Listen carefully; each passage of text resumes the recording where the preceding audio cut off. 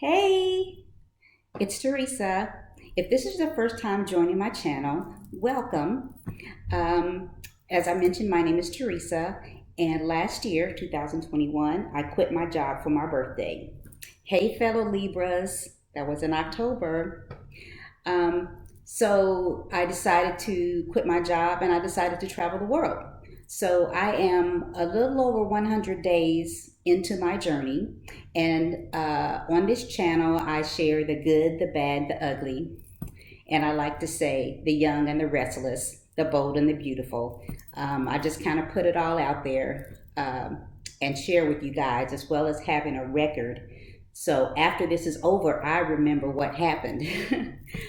So if you like that kind of content, stick around, watch some more videos. I'm just being myself. You might find something that you like, and you might see some information on the places that I visit that you like as well. So welcome. So hey, my regulars, thank you so much for coming to my channel and continuing to support me and leaving your comments and so forth. I really appreciate that, you guys. So what we're doing today is figuring out where to go next. I'm a couple of weeks out before I have to get out of this, Airbnb, and I don't think I'm going to stick around here. I'm in Tbilisi, Georgia. I don't think I'm going to stay here beyond what I had scheduled. So I have to figure out where to go next. So far on the list is Turkey, South Africa, which I've been trying to get to, and then maybe Croatia, Montenegro, and I think that's it for right now. Of course, you guys, if you're watching the news, there's the Ukraine crisis going on between Russia and Ukraine, and the whole world is all up in arms about that. Right now, I'm safe. There's no expected spillover into Georgia. Outside of welcoming Ukrainians and giving them refuge, places to stay. I hear some of the hotels are opening up for them. A lot of people are opening their homes to them. So that's about the extent of the impact here currently. This thing is just new, and I know things are changing from day to day. So I'm going to make some plans on where to go, and then I'm going to make my arrangements, but then I'm going to have to watch the news and see if I need to change anything, because Turkey is right below where I'm at now. So if there's spillover into Georgia, there could potentially be spillover into Turkey as well. So I'm going to have to keep an eye on that. So what I think I'll do today is share with you how I'm going to decide where to go next, some of the things that I'm looking at. So stay tuned. Okay, so here we are. I start out, what I like to do is start out on Google Flights, google.com/flights. I put in where I'm at, Tbilisi, let's do one way. And when I'm planning to leave.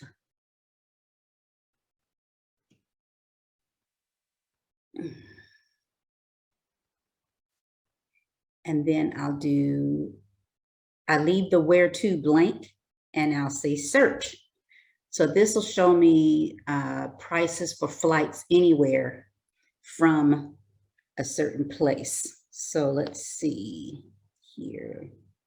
It's in gel, which is the currency for Georgia. Let me change that to US dollars because that's what I want.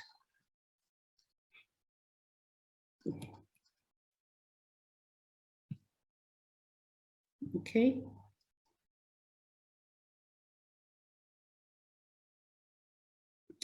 Okay, so I'm limited. I have to stay out of the Schengen area. If you guys recall, the video that I talked about the Schengen area when I left France. I cannot go to any of those countries that are in the Schengen area until my 180 days are up. So that limits the places that I can go. So for instance, I can't go to, you know, Italy or Greece or some of those other countries that are in that area. So as I mentioned, I'm looking at Turkey, South Africa. Let's look down here at South Africa. Johannesburg, I can get there for $547, which isn't bad. I'm interested in Cape Town, that's $579. That's a long flight though, you guys, that is a long flight. Let's see here, if I go to Turkey, which is much closer.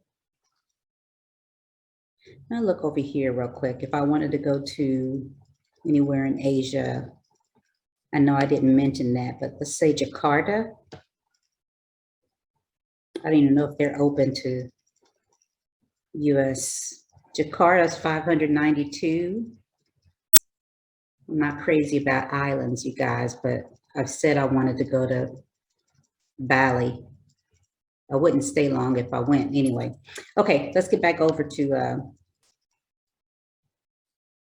here. So if we zoom in,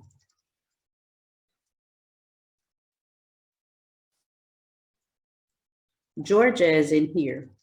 This is Georgia, where I'm at now. Here's Turkey. So let's see, if I wanted to go to Istanbul, it's $73. You see, when they talk about moving around, flying around Asia is much cheaper than flying around the United States, going to state to state, going to different countries in Europe is much more affordable than flying around the US. So that's why you'll find Europeans are much more traveled than Americans. So $73 just to get to Istanbul. If I want to go to Bodrum, $150. Antalya is $90. Where's Izmir? Izmir's under there. Izmir is $97. So I was thinking either Izmir or Antalya. So let's look at Antalya. Now, the other thing is they have these cheap flights like Spirit Airlines. I don't know that I want to be on one of those. So let's see what I would really pay if I got on a more known.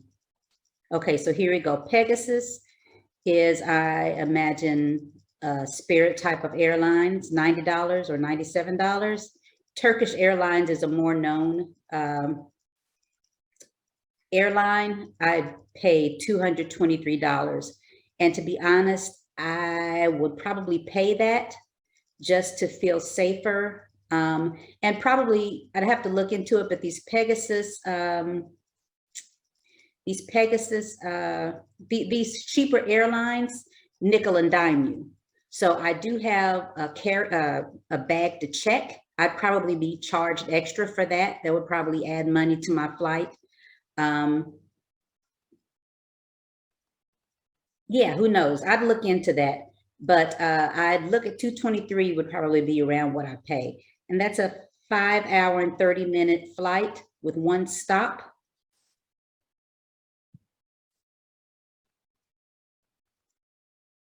Let's look at that, where we're stopping. Okay, so one stop in Istanbul for 1 hour and 50 minutes. That's not bad.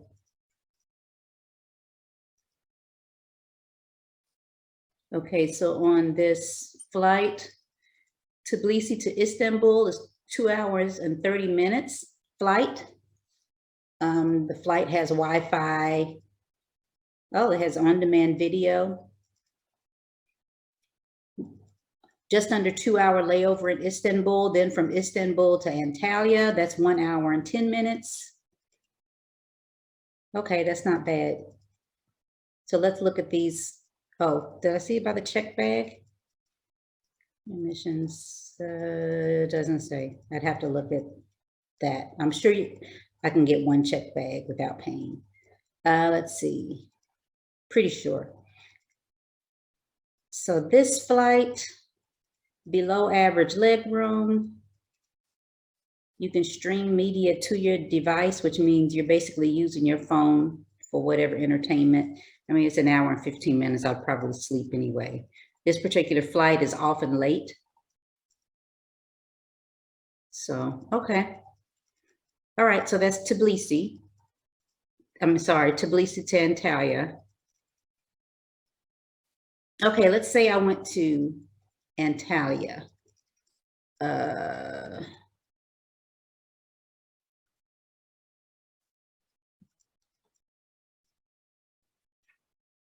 Let's see, I go to Antalya.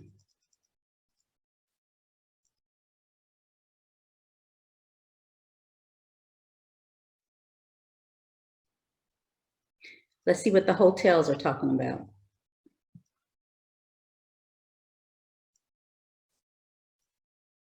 I prefer, oh, here we go with the gel again. So notice it's in gel again. I have to change it back to US dollars. And let's see.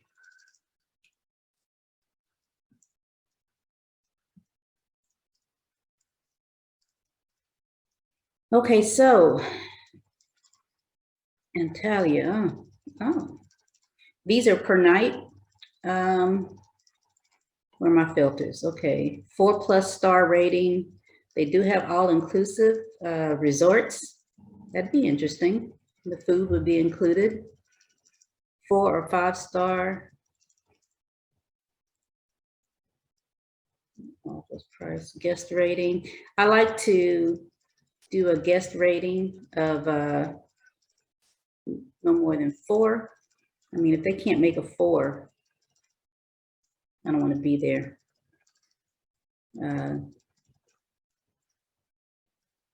Amenities, free Wi-Fi. I don't want to pay for that. And let's say a fitness center. Don't laugh. I know. I know. Yeah, we'll just go with that and see what the prices are looking like. Wow, got $35 a night for, oh, that's what people have said. 4+ rating. So these are at least a 4-star hotels. That was a 5-star hotel for $35 a night. Here's one for 41, 78 per night. Okay, this is more expensive, 155 per night. 64, 48. This isn't bad. You know, hotels, you can get a Hilton or a Marriott in Atlanta, you know, not a place like this for around, you know, over $100 per night. You'd be hard pressed to find a 4-star hotel for $40 a night. So they've got some pretty good prices here. See, there's a DoubleTree, $87 per night. So not too bad. I like to check the hotels because I'll probably stay here at least a month.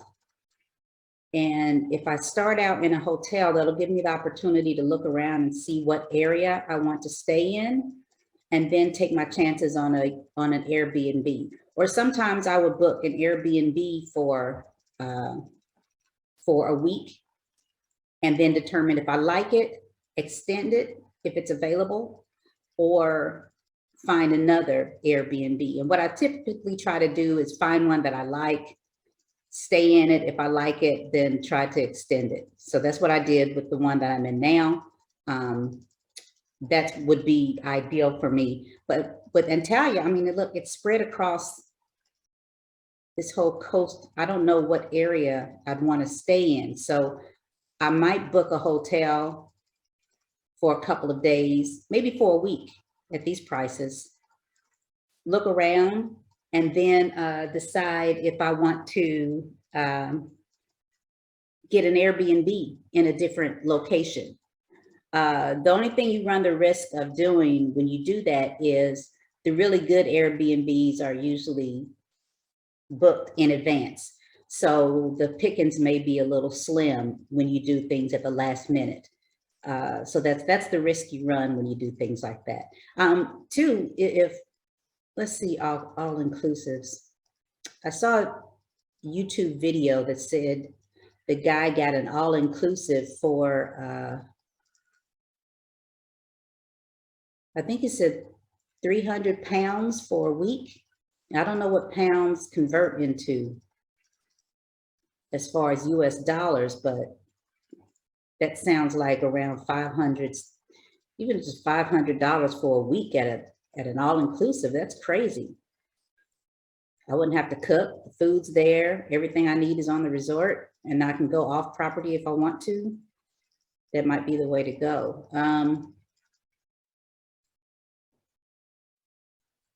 Yeah, if these are all inclusive, look at that. Look at these prices. So, okay. So it's that was not all inclusive.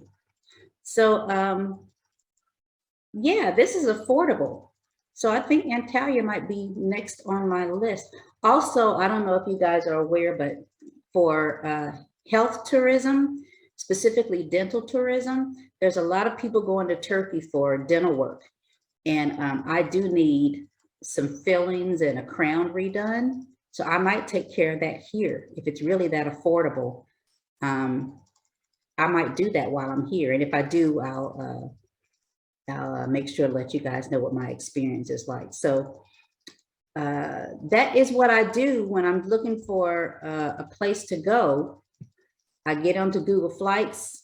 I look at the map and see what the prices are looking like. Oh, we got pictures now. What what the prices are looking like. And then I just kind of make my choice. So I'm not going to bore you guys with looking at all the other places that I'm thinking about. But that's what I do. So once I've decided where I want to go, then I'll look at the visa requirements. So as an American citizen, you want to make sure, even with COVID and everything, what are the visa requirements? Do you require a piece of paper? Can you just travel on your passport? So I would Google visa requirements in Turkey. There happens to be a site, visaturkey.com, that comes up. It was last updated January 27th, so it's fairly recent. This talks about the travel restrictions with COVID here. Let's see, this explains who can enter Turkey under the current rules.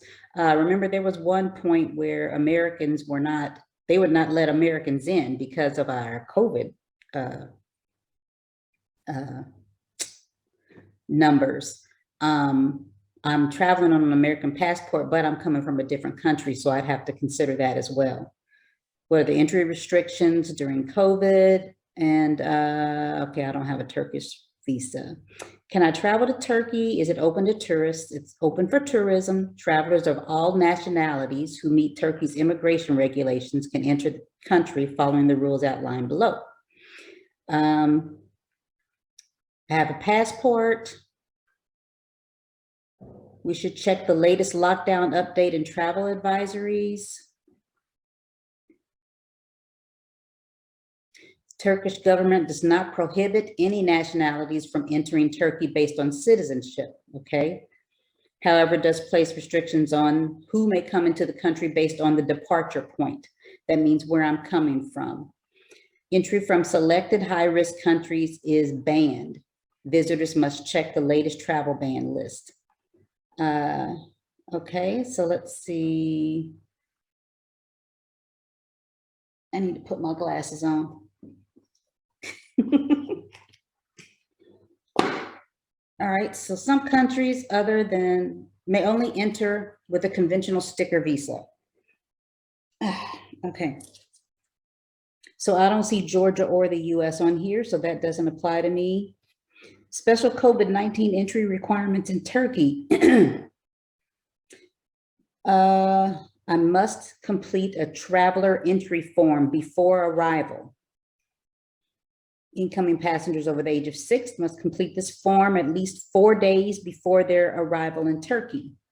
The purpose of the form is to contact individuals who have been in contact with someone who later tested positive for COVID-19. You should provide contact information and the accommodation address in Turkey. So basically, I would have to determine where I'm going to be staying before I could fill this form out, because I'd have to put that information on the form. The form must be completed online, takes a few minutes. This button will take you to that form. Okay. Negative COVID test. All passengers must show a negative COVID-19 test result to enter Turkey. Either the PCR test within the last 72 hours or a rapid antigen test within the last 48 hours. Fully vaccinated and recovered patients are exempt if they can provide a vaccination certificate showing the last dose was given at least 14 days before arrival. I have that. Or a medical certificate showing recovery. Okay, so according to this, I'm fully vaccinated. I should not need to take a test. I would apply, I would fill out the form that they're requiring, but I should not require a test. High-risk countries, I've got to find that list that lists the countries that are high risk.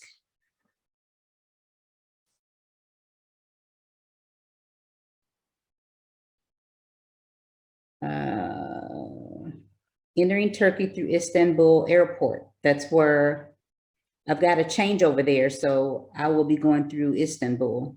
So see if their requirements are different.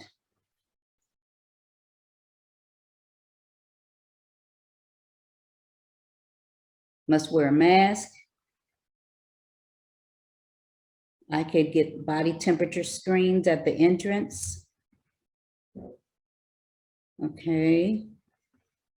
Okay, that's that. So let's see, the entrance form, I already clicked here. English.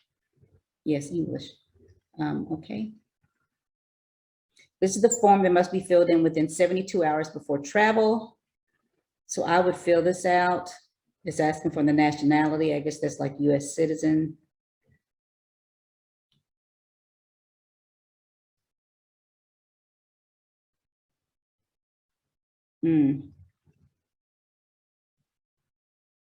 United States of America. Okay. Living location. Okay. I have to look at. See, that's the thing. Some of these forms, the questions don't make sense. I don't know if they want to know where I'm coming from. Passport. Well, I live in the US, so I guess I'll put US again. Passport number. First name, last name, birth date, email address, phone number. We change that to America. Gender, entry type, airway, okay. Transportation company name, I guess that would be the airline. Okay, so this is pretty simple. Oh, it's got 3 more steps. All right.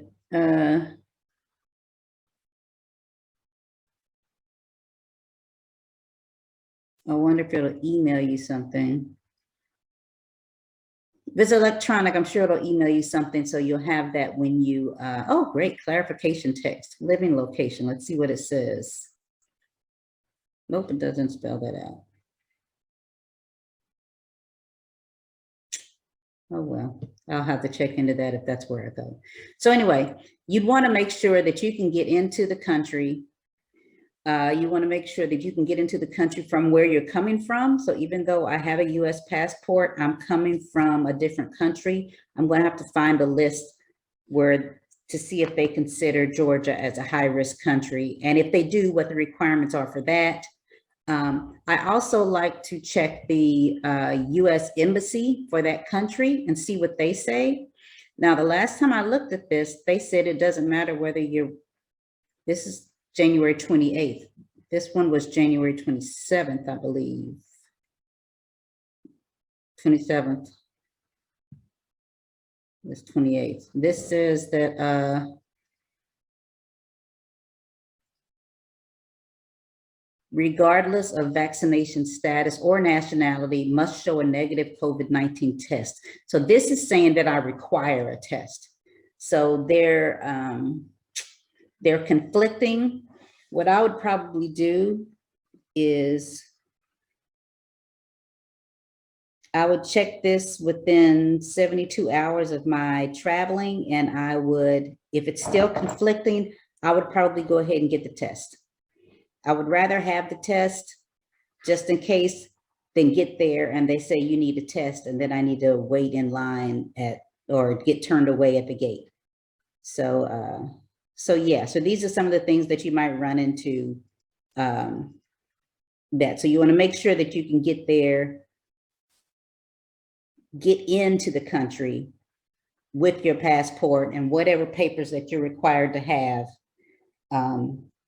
because you don't want to get turned away, spend that money to fly there and get turned away at the gate. It's always up to the agent whether to let you in or not. So, if they're having a bad day and your stuff isn't in order, then, that could turn out to be a headache for you. So that's the other thing that I do. So I always check more than one place. I check the US Embassy for that country. I check the visa websites for that country to see what they say about visa requirements for US citizens. And then I compare COVID-19 requirements for the country and the particular city that I'm going into, especially if there's a layover. For instance, when I came here, I went from France to Germany to here. So I had to know what Germany required, even though that wasn't that wasn't where I was going to stay. So I checked what Germany required, made sure I had that information because I had a layover there, and I had to make sure I had what I needed here in Georgia as well. So what I'm saying is if Germany required a negative test for me to go through there and Georgia didn't, I would have done a test and had my test results for my layover in Germany, so that I wouldn't have any problem passing through Germany to get to Georgia. So yeah, so that's the other background that I do, and I would have to do that for whatever country I decide to travel to. So that's that. So yeah, that's what I do. I will figure out where I'm going to go, and then I'll let you guys know. So in the meantime, you guys let me know what you're thinking. Should I go to Turkey, South Africa, Croatia, or Montenegro?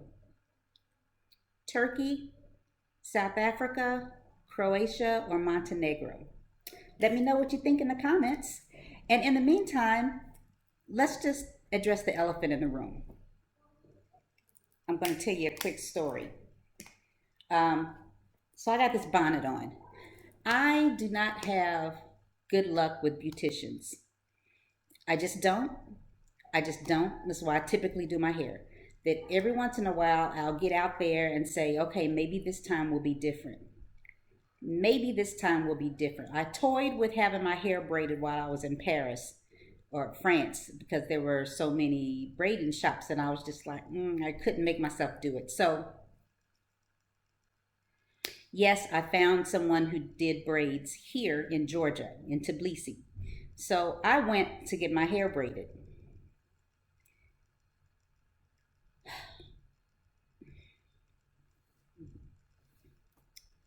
It was not a pretty situation. So I'm going to take the majority is my fault. The majority is my fault because I know I don't have good luck. And two, I let these folks talk me into stuff. When I talked to her, I said I wanted box braids. I just wanted box braids, plain old box braids, medium-sized box braids. But I got there and she started showing me all this different hair and this and that and the other. And she said, oh, this hair. And I said, well, maybe I'll do crochet braids because it won't be as hard on my hair. And she agreed. So I'm like, do individuals around the front and the back, and do tree braids in the middle. Um, and I thought that would be faster as well. Crap, I need scissors. So somehow we got to talking, and she talked me into this hair that's on my head now. Now, when she showed it to me, I thought she was going to braid it. It was loose hair. I thought she was going to braid it. And she said, "Oh, it'll look more natural." And she talked about how she did some other girl's hair, and it looked so natural. So I'm like, okay, do this. So she had given me a price before I even came, a price for the hair, and it would go up a little bit based on the packets of hair. So I said, okay, can you wash and condition my hair while I get there and blow dry it for me? She said, yeah. So that'd be an extra $30. So I had in mind I'd be paying about a hundred, about $110 going in. So yeah, yeah, I got there, and like I said, she showed me all this different hair she had, and she never said the kind of hair. I just thought all the hair was the same.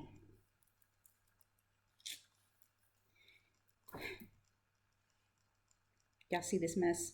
I told her I did not want to look like Shaka Khan. I did not want a whole bunch of hair on my head.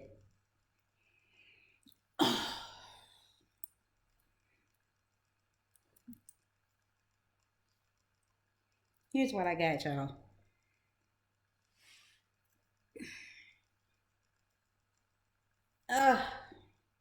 Look at this.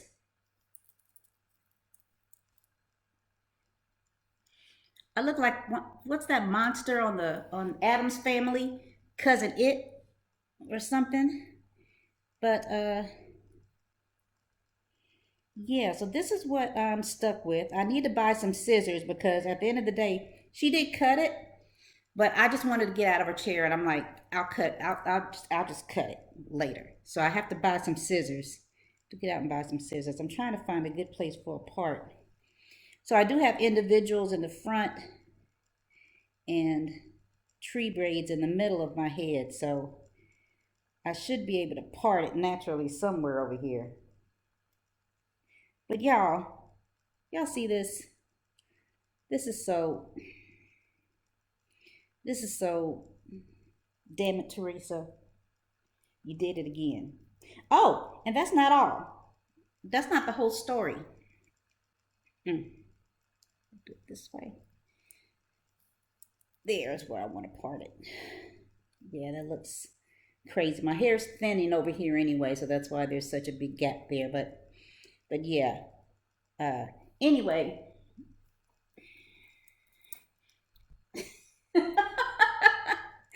So yeah, y'all, this is what I'm stuck with.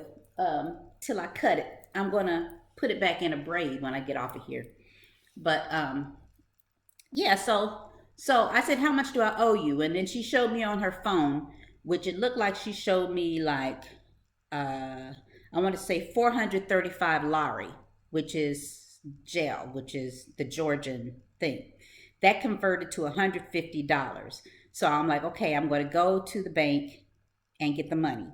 So I had to walk a couple of blocks over to a bank, to an ATM.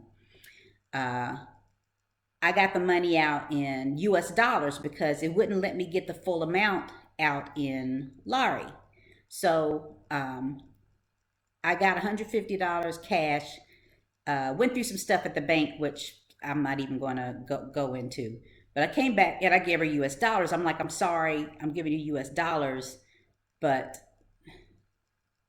I had some problems with the ATM, but here you go. So she looked at it, she counted, she sighed, and she said, oh, I need Georgian lari, Georgian law. As a business owner, I'm supposed to take Georgian. I'm like, I'm sorry, but this is what I ran into. Can't you get it converted? And then she's like, okay. And then there came the question. She said I owed her like $300 more. I'm like, oh no. So she was trying to charge me 400 some odd dollars for this.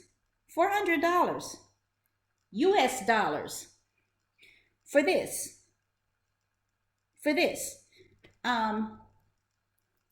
She said that the hair was premium hair. This is not human hair. This is synthetic hair. It's Noir, Noir hair. 4 packs, which I had already said I didn't want that much hair, but when you're in the chair, it's just like, just let's get it over with. So yeah, we went back and forth, and I'm just like, hold on, no. I'm like, if I thought I was paying you $200, I would not have come. I'm like, I ain't trying to pay $200 for hair to get my hair done, and no. So we went back and forth, and she tried to tell me, oh, the hair alone is 150 lari. I'm like, that hair is like $5 in the U.S. for a pack. It was a nightmare, y'all. We went back and forth. So I wound up I gave her $150 in cash. I gave her $50 in euro because I just had a $50 euro on me. And I gave her a $20 lari. So at the end of the day, I wound up giving her, I think it came out to 700 lari. 700 lari. So she thought I still owed her money. I'm like, look, that's all I got. That's all you getting. I'm sorry, there was a miscommunication. And she's like, well, these packs of hair, I'm like, you gave me a price for the hair. And she's like, well, this hair costs more. I'm like, you never said that. I came in here and you started throwing all these different packs of hair at me. Okay, that's not what this video is about. I just wanted to tell you guys that story. It was a nightmare, and now I'm left to deal with this. So when you start seeing me in videos with this hair on my head, that's what's going on. So anyway, thanks for hanging in this long. Thanks for watching. And you guys, again, let me know where you think I should go next. And I'll let you guys know where I end up going and what I wind up doing with this. All right. See you. Bye.